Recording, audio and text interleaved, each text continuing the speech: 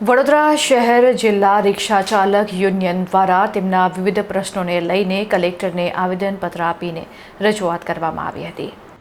વડોદરા શહેર જિલ્લા રિક્ષા ચાલક યુનિયનના પ્રમુખ બિલાલ પરમારની આગેવાની હેઠળ રિક્ષા ચાલકોએ સૂત્રોચ્ચાર અને પ્લે કાર્ડ સાથે નવી જિલ્લા કલેક્ટર કચેરી ખાતે મોટર વાહન અધિનિયમ હેઠળ મોટર વાહન એગ્રીગેટર માર્ગદર્શિકા 2025 નામ વાંધા અને ફરિયાદના કિસ્સામાં તેમજ online transport service provider company સામે વિરોધ નોંધાવી જિલ્લા કલેક્ટર અનિલ ધામેલિયાને આવેદનપત્ર આપી રજૂઆત કરી હતી। ગુજરાત રાજ્યના ઓટો રિક્ષા ચાલકો એગ્રીગેટર ગુજરાત રાજ્યમાં નિયમોનું પાલન કરતા નથી, જેથી મોટી સંખ્યામાં રિક્ષા ચાલકોએ કલેક્ટરને આવેદનપત્ર આપ્યું હતું।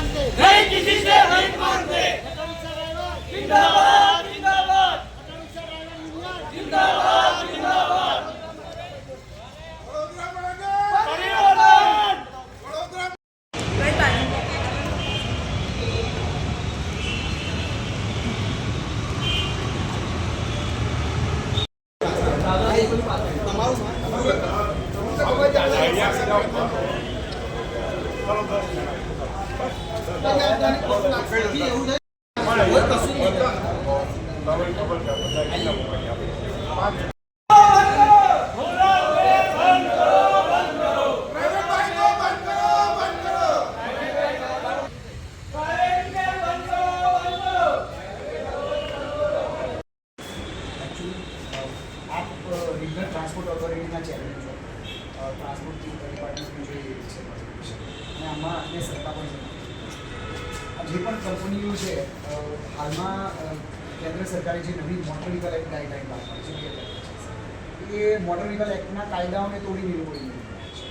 हवे एमां मोटर व्हीकल एक्ट 66 एवं कहे कि पीढ़ी नंबर प्लेट होवी जोईए तो ज व्यवसाय जेमां आ रीजनल ट्रांसपोर्ट ऑथोरिटी અને સ્ટેટ ટ્રાન્સપોર્ટ ઓથોરિટીની સામે તો બાઇકવાળાને એમને છૂટ આપવામાં આવી છે બાઇક નંબર પ્લેટ કારણ સાથે સાથે મોટર વ્હીકલ એક્ટ આજ રોજ અમે કલેક્ટર કચેરીએ વડોદરા શહેરના રિક્ષા ચાલકોના હિત માટે અને પૂરા ગુજરાતના હિત માટે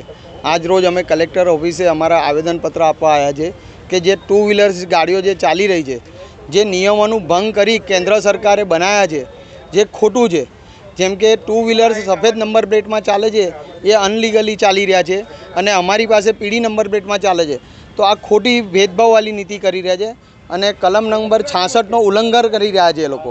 જે ખોટી વસ્તુ છે, જે નહીં થવું જોઈએ। રિક્ષા ચાલકને પોતાનો હક માટે